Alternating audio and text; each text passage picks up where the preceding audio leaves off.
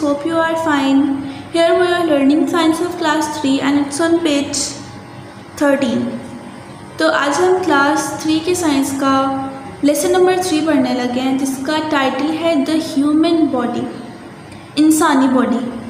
तो आज का चैप्टर तो बहुत ज़्यादा इंटरेस्टिंग है और होप सो आप लोग इसको ध्यान से सुनेंगे और ध्यान से समझेंगे क्योंकि ये हमारी बॉडी के बारे में है और अपने बारे में जानना तो सबको ही अच्छा लगता है कि हमारे इंटरनल पार्ट्स उनके हमारे बॉडी फंक्शंस मतलब क्या क्या जॉब्स परफॉर्म करते हैं। सो आप लोगों ने अपना पूरा ध्यान रखना है। Okay, so let's get start. सबसे पहले हम लोग ऑब्जेक्टिव्स पढ़ लेते हैं कि इस चैप्टर में हम क्या सीखेंगे और हम क्या पढ़ने लगे। फर्स्ट ऑफ ऑल तो हम इसमें सेल्स, टिश्यूज़ और ऑर्गन्स के बारे में पढ़ने लगे हैं कि ये क्या होते हैं और उनके फंक्शंस क्या क्या हैं ह्यूमन बॉडी के अंदर। सेकेंडली डिफरेंट बॉडी सिस्टम्स के बारे में पढ़ेंगे, उनकी पिक्चर्स को देखेंगे, मतलब उनकी पिक्चर्स का इस्तेमाल करेंगे और उनके डिफरेंट जो पार्ट्स मतलब उनकी जो वर्किंग है वो हम बताएंगे और उसके बारे में पढ़ेंगे। और उसके बाद लास्ट में हम कुछ ह्यूमन बॉडी सिस्टम्स के बारे में पढ़ेंगे। तो हम अब रीडिंग स्टार्ट करते हैं। The human body is a complex but an amazing machine. Just like a machine, our body is made up of many different parts called organs and their basic unit is a cell. यहाँ बात हो रही है कि जो हमारी human body है वो बिल्कुल एक मशीन की तरह है। कहने को तो हम ह्यूमंस हैं लेकिन बिल्कुल एक मशीन की तरह है। हम बिल्कुल एक मशीन की तरह काम करते हैं और उसी तरह हमारे अंदर बहुत से डिफरेंट पार्ट्स, जैसे एक मशीन के अंदर डिफरेंट पार्ट्स होते हैं, जैसे कि एक मोटर होती है, इंजन होता है, ये सारी चीज़ें मशीन में होती हैं। वैसे ही हमारे भी डिफरेंट बॉडी पार्ट्स हैं जो कि हमारी ह्यूमन बॉडी को चला रहे हैं, ठीक है। और इन पार्ट्स को ऑर्गन्स कहते हैं। और यहाँ सबसे मेन जो बेसिक पार्ट है इन सब का वो क्या है? सेल। सेल के बारे में बात करते हैं अब। Cell it is the basic unit of all living things. ये तमाम जानदारों की बेसिक मतलब तमाम जानदारों की जो कह लो कि बुनियाद है। The human body is compose of millions of cells. जो ह्यूमन बॉडी है वो मिलियंस ऑफ सेल्स से मिलकर बनी हुई है। They provide structure for the body. ये बॉडी को एक स्ट्रक्चर प्रोवाइड करती है।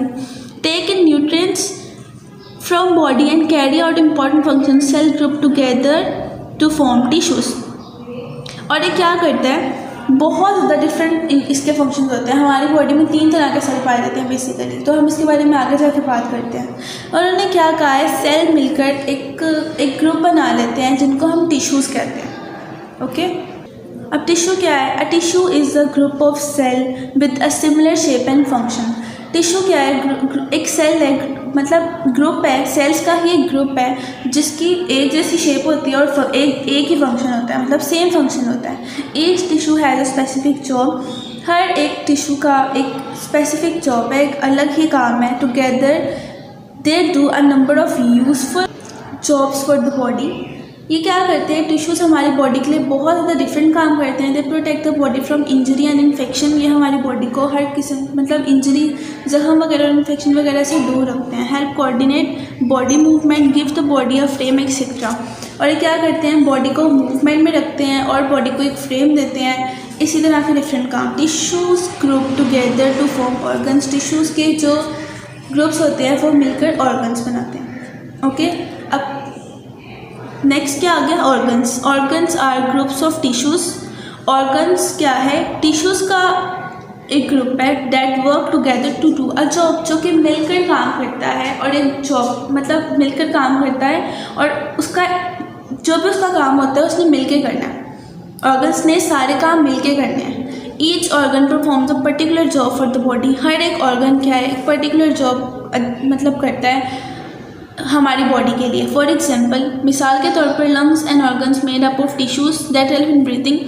जो लंग्स और ऑर्गन्स हैं, जो हमारे लंग्स हैं वो भी ऑर्गन्स हैं जो कि टिश्यू से मिलकर बने हुए हैं और वो किस काम आते हैं? हमारे सांस लेने में काम आते हैं। The heart is an organ. हमारा जो हार्ट है, हमारा दिल है, वो भी एक ऑर्गन है मेड अप ऑफ टिश्यूज़। वो भी टिश्यू से मिलकर बना हुआ है। That work together to pump blood. वो भी लंग्स के साथ मिलकर काम करता है, वो भी एक साथ मिलकर काम करता है। क्या काम करता है कि वो हमारी बॉडी में ब्लड को पंप करवाता है। व्हेन ऑर्गन्स कंबाइन, जब सारे ऑर्गन्स मिल जाते हैं, they form an organ system, तो वो मिलकर एक ऑर्गन सिस्टम बनाते हैं। सो यहाँ पे अब तक बात हो चुकी है हमारी ह्यूमन बॉडी की। ह्यूमन बॉडी में क्या है कि जी हम एक मशीन की तरह है, हमारी बॉडी में डिफरेंट पार्ट्स हैं। तो सबसे पहले हम बात हुई थी कि सेल की। सेल क्या है? एक बेसिक यूनिट है लाइफ का, बॉडी पार्ट मतलब इंसान की ज़िंदगी का बेसिक यूनिट है cell. Okay, millions of cells हमारी बॉडी में काम कर रहे हैं। सेल्स का ग्रुप मतलब सेल्स जब मिलके ग्रुप बनाते हैं तो वो टिश्यूज़ बनाते हैं। टिश्यूज़ जब मिलके ग्रुप बनाते हैं तो उनका एक जो ग्रुप होता है वो क्या होता है? ऑर्गन। और जब ऑर्गन्स मिलके ग्रुप बनाते हैं तो वो जब सारे ऑर्गन्स मिलके काम करते हैं तो वो क्या कहलाता है? Organ system. अब ऑर्गन सिस्टम क्या है जी? An organ system is a group of organs. एक ऑर्गन सिस्टम क्या है? ग्रुप ऑफ ऑर्गन्स है that work together to do a specific job for the body. अब ऑर्गन सिस्टम क्या है? एक ऐसा मतलब एक ग्रुप है ऑर्गन्स का जो कि मिलकर स्पेसिफिक जॉब करता है हमारी बॉडी के लिए। फॉर एग्जाम्पल, मिसाल के तौर पर the respiratory system is an organ system which consist of the nose, wind pipe and lungs. अब जो हमारा रेस्पिरेटरी सिस्टम होता है वो किस पे कंसिस्ट करते हैं? नोज़ पे, विंड पाइप पे और लंग्स पे।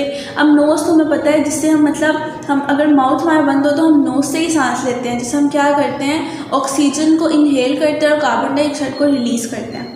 ओके, विंड पाइप के इसकी मदद से हम क्या करते हैं? सांस ले सकते हैं। और लंग्स क्या है? सांस, वो हमें सांस लेने में मदद करती है। तो ये सारा क्या है? हमारा रेस्पिरेटरी सिस्टम। ये क्या है? ऑर्गन सिस्टम की एक एग्जाम्पल है। The human body consist of so many organ system. जो हमारी ह्यूमन बॉडी है वो बहुत ज़्यादा इसी तरह के ऑर्गन सिस्टम से मिलकर बनी है। One such system is the musculoskeletal system. It is composed of muscles and the skeleton. इसी तरह का एक सिस्टम है जिसको हम क्या कहते हैं? मस्कुलोस्केलेटल सिस्टम, जो कि मसल्स और हमारे स्केलेटन पे बेस होता है, मतलब कि कंपोज करता है। सो ये क्या था? स्केलेटन क्या होता है? हमें पता है कि हमारी जो बॉडी है वो डिफरेंट बोन्स से मिलके बनी है। सारी हमारी बॉडी में बोन्स हैं, 206 बोन्स हैं हमारी बॉडी में। उसके और बोन्स जो हमारे मतलब जो बोन्स हैं वो मिलके क्या बनाती है? एक स्केलेटन बनाती हैं और उसके साथ मसल्स। तो ये दोनों जब मिलके काम करते हैं उसको मस्कुलोस्केलेटल सिस्टम कहते हैं। ये भी हमारा एक ऑर्गन सिस्टम है। Okay, next do you remember how many bones an adult has in his और हर स्केलेटन? आपको पता है कि एक अडल्ट है उसमें कितनी बोन्स होती हैं? मैंने बात की 206। ओके, जब न्यूबॉर्न बेबी पैदा होता है तो उसकी 300 बोन्स होती हैं और उसके बाद उनमें जॉइंट्स आ जाते हैं। जैसे जैसे बेबी बड़ा होता है और वो एक एडल्ट एज में जाता है तो उसकी बोन्स कितनी हो जाती हैं? 206, क्योंकि उसके जॉइंट्स एक साथ मिल जाते हैं। तो ये बात आपने याद रखनी है। Next, the skeleton provides the framework for the body. जो स्केलेटन होता है वो क्या करता है? हमारी बॉडी को एक फ्रेम देता है। Muscles in coordination with bones help in the movement of the body. और जो मसल्स होते हैं वो बोन्स के साथ कोऑर्डिनेट करते हैं और हमारी बॉडी को मूवमेंट में लेके आते हैं। Muscles are present all over the body. हम मसल्स होते हैं हमारी बॉडी में हर जगह पाए जाते हैं। So we can say that every system has a unique function of its own. तो हम ये कह सकते हैं कि हर कह लो कि कहाँ क्या so we can say that every system has a unique function of its own. तो हम ये कह सकते हैं कि हर सिस्टम का एक अपना ही फंक्शन है, ठीक है। But all organ systems work together. लेकिन जो सारे ऑर्गन सिस्टम्स होते हैं वो एक साथ काम करते हैं to keep our body up and running. तो हमारी बॉडी को भगाने में और हमारी बॉडी को तेज मतलब सही रखने में। Let's have a details look at the some of the organ systems. और इसके बाद हम अब बात कर लेते हैं इसी तरह के कुछ और ऑर्गन सिस्टम्स के बारे में। अभी तक हमने बात की है रेस्पिरेटरी सिस्टम के बारे में, नेक्स्ट मस्कुलोस्केलेटल सिस्टम के बारे में, और अब इससे ज़्यादा हम ऑर्गन सिस्टम्स के बारे में बात करते हैं ताकि आपको डिटेल में पता लग सके सब कुछ। अब हमने बात की थी रेस्पिरेटरी सिस्टम की, तो उसमें हमने क्या पढ़ा था? उसमें 3 चीज़ें होती हैं, नोज़ होती है, विंड पाइप होता है और लंग्स होता है। तो अब उसमें डिटेल बता दिया उन्होंने, हम डिटेल में पढ़ते हैं। इन एज मैंशनड अर्लियर, इससे पहले उन्होंने मेंशन कर दी the respiratory system consist of the nose, wind pipe and lungs. वही बात कि जो रेस्पिरेटरी सिस्टम होता है वो नोज़, विंड पाइप और लंग्स पे कंसिस्ट करता है। इट हेल्प्स इन ब्रीथिंग, जो कि सांस लेने में मदद करते हैं। The air we inhale is not always pure. जो भी एयर होती है, जो हवा में हम इनहेल करते हैं वो हमेशा क्या होती है? प्योर नहीं होती, साफ़ नहीं होती। It needs to be clean, उसको साफ़ होने की ज़रूरत होती है। Moistured and warm before going to the lungs, उसको हमारे लंग्स तक जाने से पहले साफ़ सुथरा और बिल्कुल गंदगी से पाक होने की ज़रूरत होती है ताकि हमारे लंग्स पे कोई भी बुरा इफेक्ट ना पड़े। The cleaning and moistening process is done by hair moving a sticky substance called mucus. It is present in the nose. तो हमारी जो नोज़ है उसके अंदर आपको पता है कि हेयर्स होते हैं, कुछ बाल होते हैं। ओके, ये किस लिए हेल्प होते हैं, मतलब क्या मदद करते हैं कि जब हम लोग कोई भी एयर मतलब हम लोग सांस लेते हैं तो हमें तो पता है कि काफ़ी जगहों पे ऐसा होता है कि जो हवा होती है वो साफ़ नहीं होती। तो क्या होता है कि हम जब सांस लेते हैं तो जो हमारे जो नोज़ के जो बाल होते हैं वो हेल्प करते हैं कि जो हम लोग इनहेल कर रहे हैं, जो भी ऑक्सीजन हम अंदर लेके जा रहे हैं बिल्कुल साफ़ हो। तो वो क्या करते हैं, जो गंदगी होती है, जो भी कोई पोल्यूशन मतलब टाइप कुछ भी होता है, तो वो वहीं पे उसको स्टॉप कर देते हैं और सिर्फ हम साफ़ हवा को ही बॉडी के अंदर लेके जा सकते हैं, अपने लंग्स तक पहुंचा सकते हैं। तो ये बहुत अहम मतलब बहुत इम्पोर्टेंट रोल है इनका, ये भी एक फंक्शन ही है ना। The inhaled air contains oxygen which is necessary for life. तो जो हम एयर को इनहेल करते हैं वो ऑक्सीजन होता है जो कि हमारी बॉडी के लिए बहुत ज़रूरी है। The oxygen enters the wind pipe opening of the knows through nostrils and finally reaches the lungs. Here the oxygen mixes with the blood in the lungs and makes the body rich in oxygen. At the same time carbon dioxide is removed from the blood which is then carried back through the respiratory tract and finally exhaled. तो वही बात कि जब हम उस हवा को अंदर लेके जाते हैं तो हमारे जो नोज़ के बाल होते हैं वो गंदगी को वहीं रोक लेते हैं और सिर्फ हम ऑक्सीजन को अंदर लेके जा सकते हैं हमारे लंग्स में, क्योंकि ऑक्सीजन हमारे लिए बहुत ज़रूरी है हमें ज़िंदा रखने के लिए। और जो हमारी कार्बन डाइऑक्साइड होती है, जो हमारी बॉडी के अंदर जो फजूल मतलब जो भी होती है हवा वगैरह, वो बाहरी वो जो हमारे जब हम ऑक्सीजन को इनहेल करते हैं तो वो ऑटोमेटिकली कार्बन डाइऑक्साइड को बाहर एक्सहेल कर देती है, मतलब बाहर की तरफ धकेल देती है और निकाल देती है।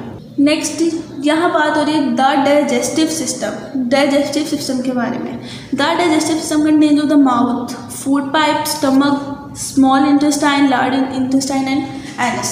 तो जो हमारा डाइजेस्टिव सिस्टम होता है वो किन 6 चीज़ों पे कंसिस्ट करता है, mouth, food pipe, stomach, small intestine, large intestine and anus.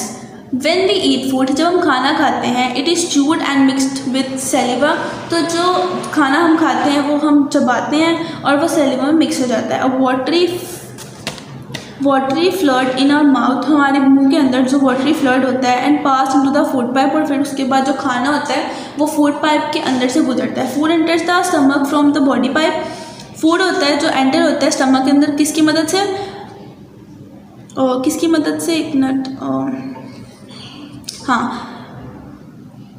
जो हमारा फूड होता है वो स्टमक में एंटर होता है फूड पाइप की मदद से, ठीक है। जो हमारे गले के अंदर जो छोटी सी जो बनी होती है पाइप, उसको फूड पाइप कहते हैं।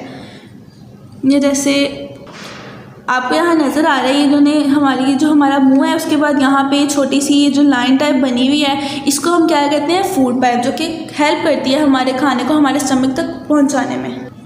सो here food mixes with some digestive juices and become soft. तो इस तरह क्या होता है, हमारा जो फूड होता है वो हमारे कुछ डाइजेस्टिव जूसेस के साथ मिल जाता है और बहुत सॉफ्ट नरम हो जाता है। Then food enters the small intestine. उसके बाद जो हमारा फूड होता है वो स्मॉल इंटेस्टाइन में चला जाता है, वे डाइजेशन टेक्स प्लेस, जहाँ पे डाइजेशन होती है। The digested food gives us energy to work and play. तो उसके बाद जो होता है, जो डाइजेस्ट किया हुआ जो फूड होता है वो हमें किससे मदद करता है, काम करने में और खेलने में। The undigested food is then pushed into the large intestine. और उसके बाद जो फूड हमें डाइजेस्ट नहीं हुआ होता वो किस में चला जाता है, लार्ज इंटेस्टाइन में। And finally exerted out from the body through the anus. और उसके बाद क्या होता है, हमारी बॉडी से निकल जाता है। जब हम वॉशरूम जाते हैं तो वो क्या होता है, हमारा जो स्टोर्ड फूड होता है जो कि हमें डाइजेस्ट नहीं हुआ होता है, इनडाइजेस्टिव फूड होता है, वो सारा हमारा उसमें निकल जाता है। ओके, तो ये था हमारा digestive system.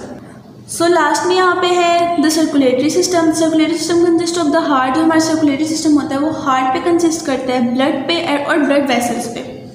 The heart is a pumping organ. जो हमारा हार्ट है वो पंपिंग ऑर्गन है, क्योंकि हमें तो पता है कि वो ब्लड को पंप करवाता है पूरी बॉडी में। It pumps oxygen rich blood to all parts of the body. ये हमारी बॉडी में क्या करता है, ब्लड को पंप करवाता है, हमारे हर बॉडी पार्ट तक ब्लड को पहुंचाता है। इट हैज़ 4 चैम्बर्स, की 4 चैम्बर्स होते हैं। On average the heart can pump 7 litres of blood around your body.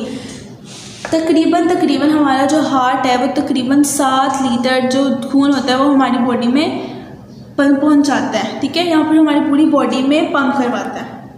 सो बच्चों, ये था हमारा यूनिट नंबर 3 क्लास 3 का। अब यहाँ पे कुछ पॉइंट्स टू रिमेंबर है, कुछ याद रखने की बातें हैं और आप लोगों ने पढ़नी है और समझनी है। The human body is a complex but an amazing machine. It is compose of cells, tissues, different organs and organ system. वही बात कि जो हमारी ह्यूमन बॉडी है वो कहने को तो एक बॉडी है, लेकिन क्या है, एक मशीन है, क्योंकि वो उसके सारे जो काम है वो एक मशीन की तरह ही है. उसमें डिफरेंट पार्ट्स हैं जो कि डिफरेंट जॉब्स परफॉर्म करते हैं, जैसे कि cells, tissues, different organs and organ system.